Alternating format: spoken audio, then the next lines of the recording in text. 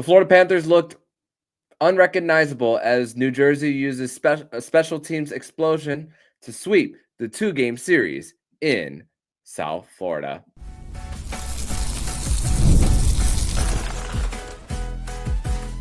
You're Locked On Panthers, your daily podcast on the Florida Panthers. Part of the Locked On Podcast Network, your team every day. And welcome into this Friday, November 15th edition of the Locked On Florida Panthers podcast, part of the Locked On Podcast Network. We're to your team every day. Thank you for making the Locked On Florida Panthers podcast your first listen of the day. I'm Armando Velez from the Hockey News. You can follow me on X at MondoMan12 and Blue Sky at MondoMan12. Follow the show account on X at LO_FLA Panthers and on Blue Sky at LOFLA Panthers. No underscore there. And shout out to the everydayers who come back here and get your daily Florida Panthers fix. Today's episode is brought to you by FanDuel. New customers can place a $5 bet and you'll get started with $150 in bonus bets if you win your first $5 bet. Visit FanDuel.com to get started.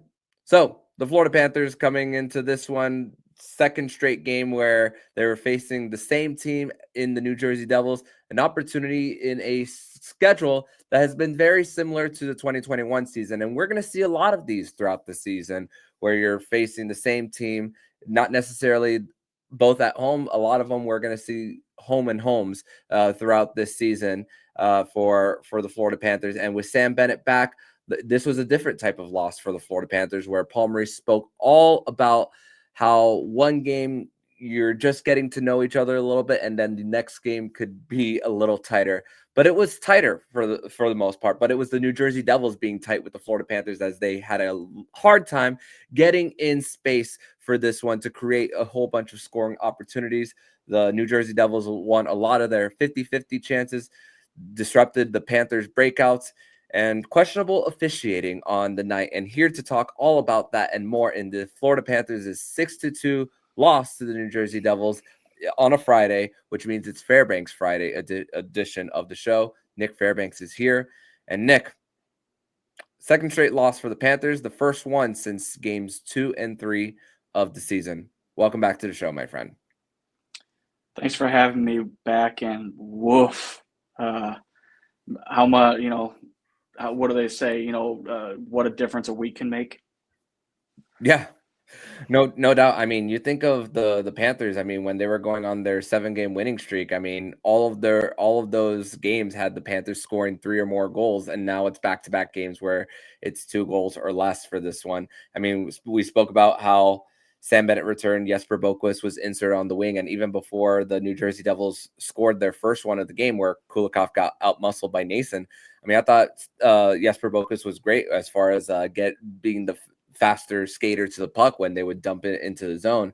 But I mean, you think about how the Panthers just momentum going into both the second and the third periods, where the New Jersey Devils scored 2 power play goals with and both of them inside of 11 seconds, one of them with 2 seconds left on it. And then how psychologically that affects the group going into the locker room, where we talk about the Panthers going into the intermissions with leads, but just how backbreaking some of those scoring chances for the New Jersey Devils were on Thursday night. And just, man, the Panthers just never really got to their game. No, and there's a couple of players on the Panthers that I do feel terrible for. One of them is Mikola, just because I'm not the biggest Jack Hughes fan. I'll just say it right now. I think he has a lot of growing up to do, and especially how he acted tonight. Tonight's game is not a good demonstration of what the NHL expects of its players. So I'll just get that out of the way. But, teams take advantage when they have a man advantage, and, the Devils took it to the Panthers tonight on the power play. So you really can't fault them for doing that. But, it looks like Florida needs to either regroup or really figure out, what they need to do to be successful again. I have to say, I think Aaron Ekblad didn't help tonight. He screened Bobrovsky and just was not his usual steady self. And I think Kulikov had a rough night, just trying to be the bigger man, or at least the the muscle defenseman that he can be, but just he couldn't get it done tonight.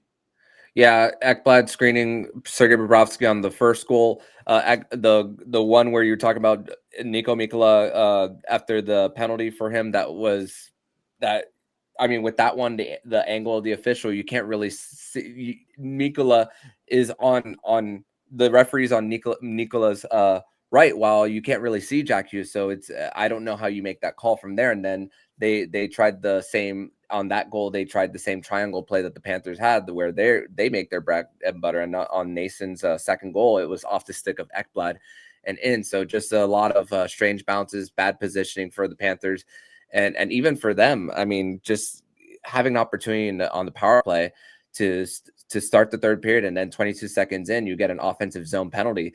2 offensive zone penalties for the Panthers, both of them on Carter Verhaeghe. I thought the first one was a little weak for Carter there, but I mean, just but self-inflicted wounds, regardless of that. I mean, but at the same time, you have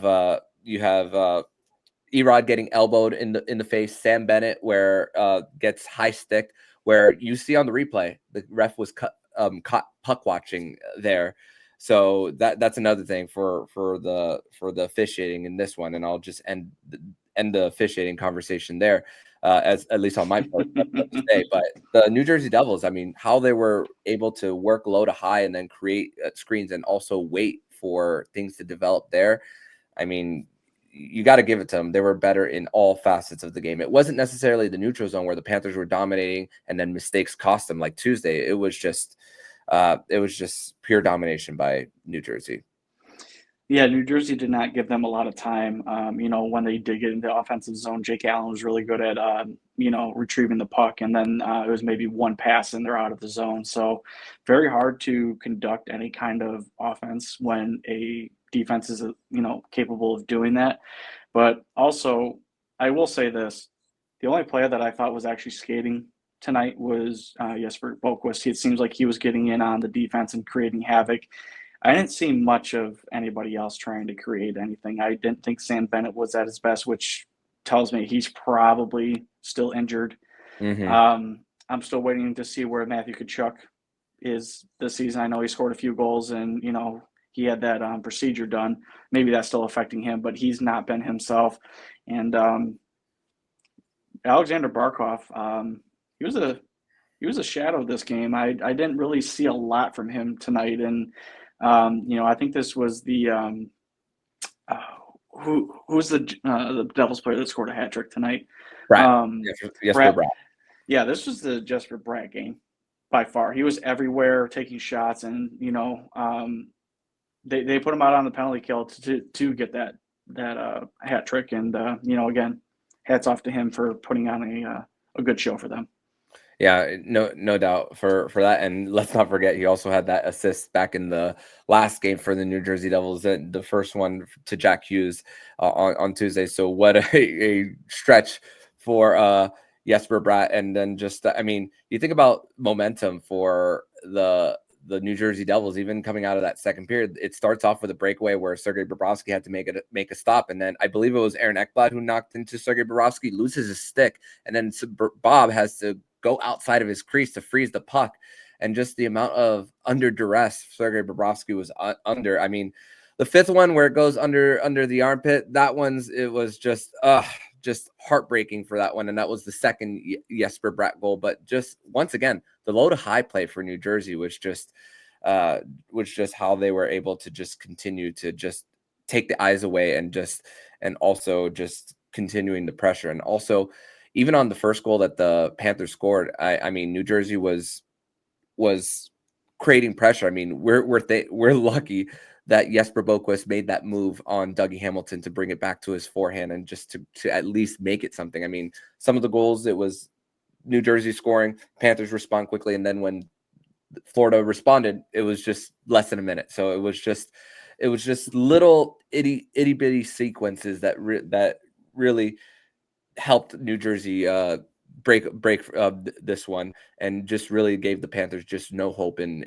making a game out of this one. But we're going to transition over to segment number 2, where we're going to talk about our 3 duds of the game and the moment where we thought the game was lost. We're going to discuss that more next here on the Locked On Florida Panthers podcast.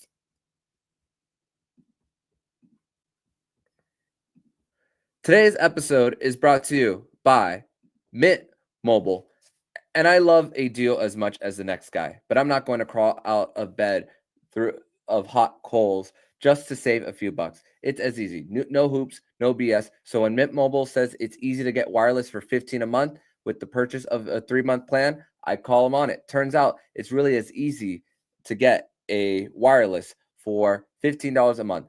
The longest part of the process was the time I spent on hold waiting to break up with my old provider. And to get started, go to mintmobile.com/LockedOnNHL. There you'll see that right now, all 3-month plans are only $15 a month, included the unlimited plan. Find out how easy it is to switch to Mint Mobile and get 3 months of premium wireless service for $15 a month.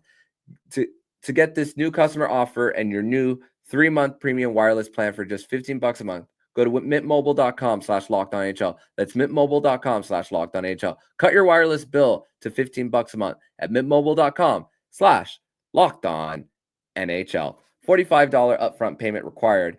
Estimated $15 a month. New customers on first month 3-month plan only. Speed slower than 40 gigabytes on unlimited plan. Additional taxes, fees, and restrictions apply.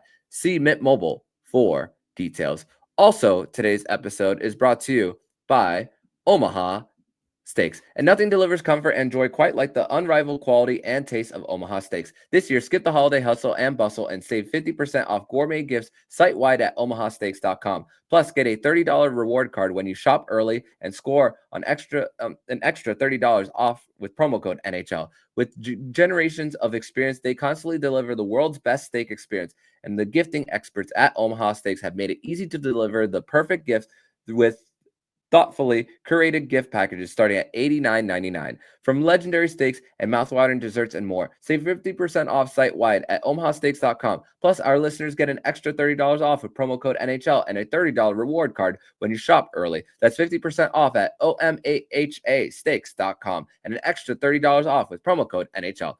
Minimum purchase apply.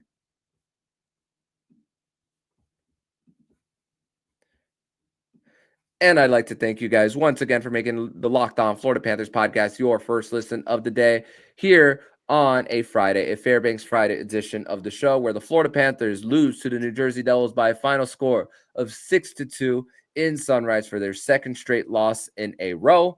And after losing 7 straight, they got a little bit of adversity, which is a great thing for the Panthers here, which we'll discuss definitely a little bit more in segment number 3. So 3 duds of the game, Nick. I'm going to go first here. You spoke about some of these guys earlier here for the Panthers. Alexander Barkov is my 3rd dud of the game. Very careless with the puck, and even before that goal by Sam Reinhart, which 13 for 13 for Rhino. So, but just the start for that top line, careless with the puck in the neutral zone, giving and New Jersey getting in on their forecheck, being able to get some of their changes crisp. 0 for 4 in shots against after 20 minutes. And then that was their first shot at 5-on-5 to make it to tie the game at the time for the Panthers. Number 2, Kulikov. I spoke about that lost battle with Nason for the first goal, just out-muscled where he was able to get it on the backhand, and then lost that board battle right before Hughes fed it to Mercer, where it went off the skate. So different. So 2 things happened at once there for Kulikov. Lost the board battle and then off the skate for him. And then number 1, Matthew Tkachuk. Second straight game where he's number 1 for him. This is going to be a rarity. We hope it's a rarity for him, but no shots on goal for him. One big redirection for him that hit the crossbar with a chance to tie at 3 at the time, and had a chance to, after feeding Rhino on the power play in the 3rd. Jake Allen was down, gonna reach, and then gets over him and doesn't even get, and the shot goes high. And then even before the power play, the Noshik and Bennett line gave them an opportunity with how much they were pressuring to get the Panthers on the man advantage there. And just once again, that missed opportunity for them. So for Matthew Tkachuk. So just not we haven't seen the takeover game for Matthew Tkachuk really for him recently. So your three duds of the game for the Panthers here. I'm going to go with Aaron Ekblad. I think I said in the first segment, I just don't think he had his best overall game. He couldn't keep up with the Devils' top six at all. Was beat often and, caused a lot of errors that caused Bobrovsky to give up 2 goals, specifically because he was either screened or Ekblad tipped the puck in. My second dud is going to be Kulikov. Again, just a rough night, and you expect better of him considering the 4-year deal that he did sign, and he was such an integral part of the team last year. You just hope that this is just one of those nights where he just had a bad night and he can recover coming up against Winnipeg. I think one of his former teams, actually. So, and then my first dud. Does it have to be a player? Can I make a segue? Hey, we're allowed to be creative here. I'm going to do Paul Maurice this game. Okay. I had him last game. I did. Okay, awesome. I did not think that the lines movement changed. I don't think the line combinations worked. I thought Boqvist was the only positive. I didn't see, Rodriguez actually showing a lot. I feel like he was mixed up with Lundell and Luostarinen, who that line was okay at times, but really ineffective. And then, you have Bennett, Tkachuk, and Boqvist, and I just don't think there was a lot of chemistry there. And then you have Verhaeghe, Barkov, and Reinhart, which, that's a bread and butter line, but just I don't think it was there tonight. And you would think that after maybe 2 periods, he would go to the blender and try to mix it up and try to get a spark, and just didn't see it tonight. Yeah, crazy to think how he was more willing to go to the blender last game when it was closer, and later on in the game, versus when you're desperate in order yep. With how periods have ended. I mean, and you think about for the Panthers the position that they were in, you get on a power play, you bring the extra attacker on, you're still unable to convert. You get that you rim it around, and then Matthew Tkachuk loses the puck there. He's not unable to retrieve right before Bratt scores that his third one for the empty netter for him. So just unable to just get the possession there and then just create their second chance opportunities, which the battle in front of the net with how they protected Jake Allen was just incredible on the evening. I didn't really feel like he was challenged as much, and Allen was 2-8-1 against the Florida Panthers. I know goalie records aren't necessarily the be all end all, but the Panthers couldn't take advantage of that stat that's against Jake Allen there for him. But the moment where we thought the game was lost, series of unfortunate events in this one. Shout out to author Lemony Snicket for this one. So it was at the beginning of the third period. Like I mentioned this earlier about the Panthers getting a power play, the offensive zone penalty at the beginning of the third, and then moments after, they're on the 4-on-4. Sam Reinhart has a takeaway, misses the open net, and that was with a chance to cut it to 1 at the time, and then cross ice feed from Anton Lundell to Uvis Belinskis with Jake Allen way out of his net. He gets back in time to make the save with the shoulder there, and then shortly after that was the Jesper Bratt armpit goal under the armpit of Sergei Bobrovsky there. So that was the series of unfortunate events where I thought the game was ultimately lost, even though there could have been many here. there so many. How about yours? I think it was the second goal inside of a minute left in the second period. I think it was Nosen that scored it I think it was on the power play. And it just, you can't give up goals in the final minute in games just because, I think everybody's pressing, but also they're realizing hey, we have a minute left. We have some time to rest and recoup and get ready. But you can't take penalties. with minimum time left in periods. And then secondly, you can't give up goals. I mean, you said it before, they're back breaking. And on top of that, it just makes your climb, to get back in the game that much harder.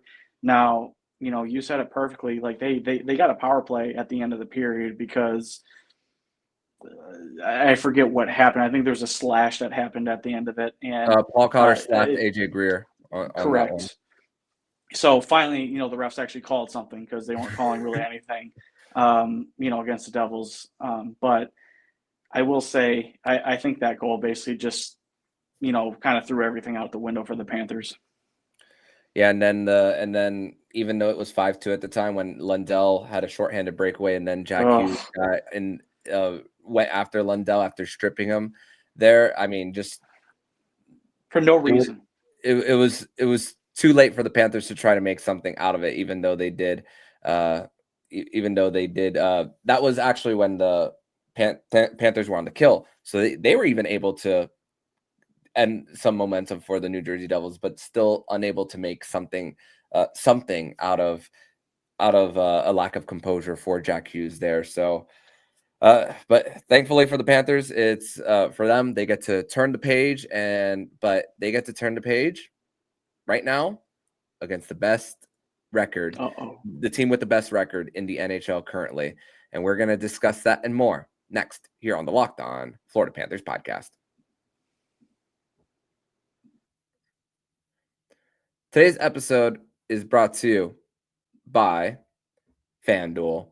And get ready to take on the NFL action with America's #1 sportsbook, because right now new customers can bet $5 and get $150 in bonus bets if you win. The FanDuel Sportsbook app gives you everything you need to place live bets on the NFL all in one place. So when you get a hunch in the middle of the game, you can check out the latest stats, view live play-by-play, and so much more on the same page where you can place your bets. Just visit FanDuel.com to join today. You'll get started with $150 in bonus bets if you win your first $5 bet. And the Miami Dolphins have a must-win game this Sunday against the Las Vegas Raiders, a game where I see it as a no excuses type of game. So the Dolphins being a heavy favorite there for them, you could, and if you want to place some of your bets there, you can do that all on FanDuel.com. Never waste a hunch and make every moment more with FanDuel, an official sportsbook partner of the NFL.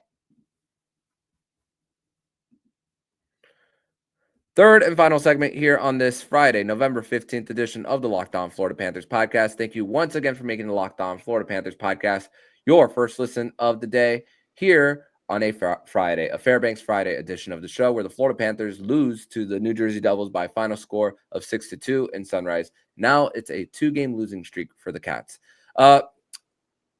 Nick, actually, let's mention the fight with Jonah Gadjevich and Curtis McDermott. Curtis McDermott, a enforcer type of player. They traded for him during the trade deadline as far as making the team a little tougher for New Jersey to protect their star players. And, not as epic as the first one. And, a little bit more patience knowing who he's going up against, and a tall guy for sure. But also, Gadjevich got him at the end. So credit to him. And also, let's mention the Movember cause for Jonah Gadjevich. That is one epic stash that he has. Some guys can just grow them overnight. And some of us, you and me, sometimes it's going to take a couple of weeks if anything does come through. So, maybe we got to get an advertisement, for that, help us out. But Jonah Gadjevich, by far, I think, had probably a top 3 tilt the other night, and just the amount of punches that were thrown and that they both didn't stop. And I believe that was Dylan. And then you come into tonight where he's got to square up against their enforcer and everything. And he took a couple licks himself, but one thing that he did not do was quit. He was basically down on one knee, I want to say, or he was, kind of like trying to get himself back up, and just crushes him. Landed one. And he went down. So while New Jersey may have won both the games, I'd like to think that Jonah Gadjevich by far won the Spirit Award for me. in both those games. So it shows that he can carry that for the Cats as long as he's healthy. And can't wait for Game 3 against the Devils later this season to see what they're going to try and do again. Maybe Florida can find something for Jack Hughes to have to deal with. Yeah, that won't come until January 13th of 2025 there. And it's crazy. We've seen epic matchups between the Panthers and the Devils. I mean, they played in a 5-day span a few days after Barkov got hurt by Nico Hischier on a faceoff. So let's see how fresh those memories will be once they do face off against each other from the Rock in January. But a little bit of housekeeping here. The War Memorial Auditorium, they had their ribbon cutting ceremony yesterday, and they also have a time capsule that won't be open until 2050. So a little bit something cool there. I was fortunate to enter the auditorium during the ring ceremony, and the mezzanine level is amazing. It's humongous. So some suites upstairs for them. So can't wait to go to an actual show there, and excited for all of you guys if you do get an opportunity to go to a show there, sponsored by Live Nation. So what does that mean for Revolution Live? We'll see there. But now for the Florida Panthers to turn the page against the best team in the NHL in the Winnipeg Jets, who lost tonight against the Tampa Bay Lightning. Jake Gensel scores twice. Brendan Hagel gets on the scoreboard. I also watched their game against New York Rangers, where they took advantage of three, not one, not two, but three Mika Zibanejad mistakes and found the back of their net. But Winnipeg does it all so well. And the thing is, a few seasons ago, we were talking about Winnipeg as a team that needs to blow it all up, rebuild. But with the state of the market, the attendance, the lack of the small metropolis, that team can't afford to rebuild for them. But so they did the right thing in keeping a little bit of continuity there with extending Scheifele, Hellebuck. It feels like a last hurrah with a lot of the guys that they have that's contracts are going to expire, including Danish superstar in Nikolai Ehlers, who's going to get paid this offseason. It might not be from Winnipeg. Kyle Connors can still score at will, Mark Scheifele. But this is the Paul Maurice Bowl. He said that he wanted the Winnipeg Jets to be the next team to win the Stanley Cup if it wasn't the Florida Panthers there. And Jessica Blaylock spoke about it on the post-game show on Scripps. You win or you learn. It was a quote that Paul Maurice used a few times last year. And man, this couldn't come at a better time. It's funny because before this quick losing streak, I was talking about, is like, man, I kind of wish that the Panthers had a little bit of some adversity here. So we also have more things to talk about as far as what they could do better. And then you're going to get 2 straight matchups, a home and home, right before they also head to Chicago. So couldn't come at a better time, Nick. No, and I think you and I had talked off air. You had asked me if I thought the team was bored. I thought they were just taking care of business. Yeah, you can probably see them just taking it as a game-by-game thing. But no, you got to take care of what's in front of you. And I think they were focused on going over to Finland, taking care of the Dallas Stars, which they did pretty well, who they actually crushed Boston. And I'm telling you, one of my aberrations that I had before the season started is probably going to come true here soon. So, hey, Bruin fans, you're going to see my face a lot when it happens. So, anyways, I think it's good that they do have this adversity right now because they have a lot of change that's going on. They still have a different D-core setup. They have to figure out what's going to work. Balinskis is the top power play quarterback right now. You really haven't seen Boqvist really have a chance outside of maybe the first couple of games because he's been hurt or out of the lineup.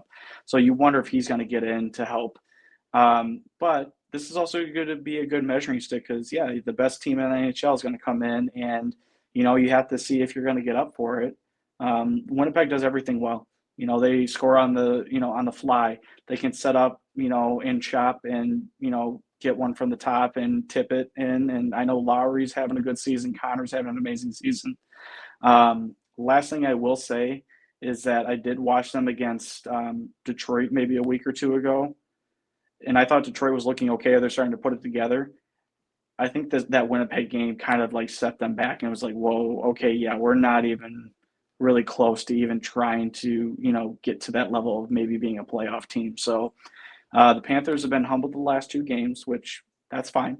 It's not the end of the world. They're still first in the Atlantic. And you know what? If this is what Paul Maurice thinks is going to happen, whether Florida wins another cup, back to back, could be Winnipeg. We'll see what happens between these two teams. It'd be exciting. I wish if you're listening to this on audio, you'll see a look on my face right now. And here's why. They don't have only one, but two defensemen who are averaging a point per game in Josh Morrissey and Neil Pionk as well. So I just pulled up a tab right now for that matchup. And oh boy, they could score from everywhere in the lineup. They came into that game against the Tampa Bay Lightning in the plus 30s in goal differential. And insane. One of the best starts that we've seen in the last decade. It's still. I'm wondering if this is almost as impressive as the Chicago Blackhawks in 2013, where it was 20 plus games of not losing in regulation. So just this is historic for what Winnipeg is doing right now, and also their coach Scott Arniel, drafted by Winnipeg. He took over the team at times last season when Rick Bowness's wife was sick and he had to take care of her. Retired.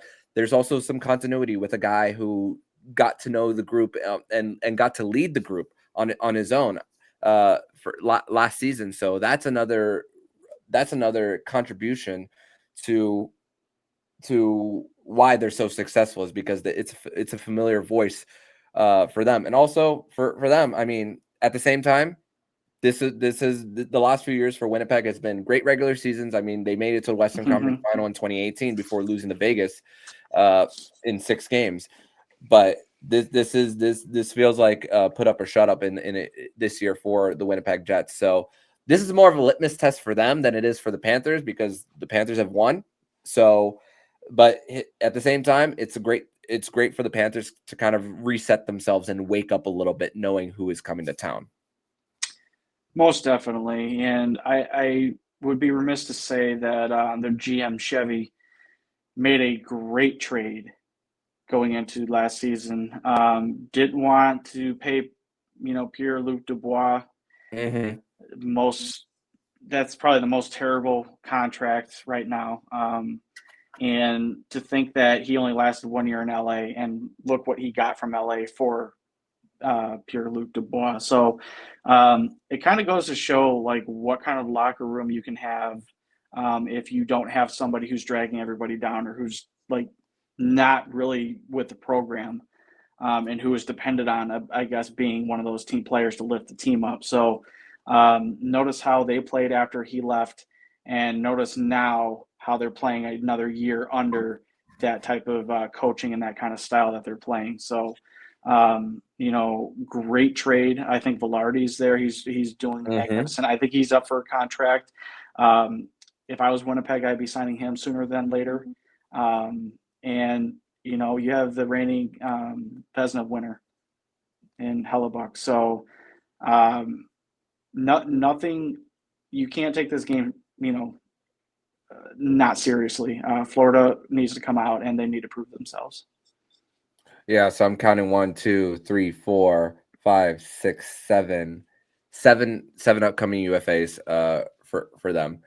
So that is big for them, and also a promising young player in Cole Perfetti, who was maybe in and out of the lineup last year and still trying to find his opportunity to try to make an impact, but a young player learning from so many veterans as Winnipeg is trying to recover after a poor series against the Colorado Avalanche. The first game was a 7-6 final. Connor Hellebuck was talking about how during the regular season he was seeing pucks, but during the playoffs he wasn't, with how Colorado was playing and just their ability to make anyone's life harder, even if their depth is depleted right now. But still, this Winnipeg Jets team looks different. But hey, again, they're going to be judged when April, May, and June come around. So, Nick, I want to thank you so much for joining me on this edition of the Locked On Florida Panthers podcast. The Florida Panthers lose 6-2 in Sunrise against the New Jersey Devils, but an opportunity to bounce back on Saturday against Winnipeg. So tell everybody where they can follow you online, my friend. Armando, thanks again. Wish it was under better circumstances like it was last week. But, we have this weekend to look forward to, and hopefully they show out for us. But everybody, if you're listening or watching, you guys can follow me on X at Prudentious0. Hope we can talk about something more positive next week. I'm pretty sure we will be. But again, not all hope is lost, guys. It's just 2 games. It's just 2 games in the season. We got plenty of time. No doubt. Thank you so much, and I'll see you next week, my friend. I'll see you next week. And if you like what you're hearing, please subscribe to the podcast to be notified every single time the Locked On Florida Panthers podcast jumps into your podcast feed. Don't forget to also subscribe to the other shows on the Locked On NHL network, including Locked On NHL, Locked On Fantasy Hockey, Flip Livingstone, Institute Roden, and Locked On NHL Prospects. Thank you once again for making the Locked On Florida Panthers podcast your first listen of the day. So I'm Armando Velez with Nich Fairbanks. And you've been listening to the Locked On Florida Panthers podcast, part of the Locked On Podcast Network, where it's your team every day.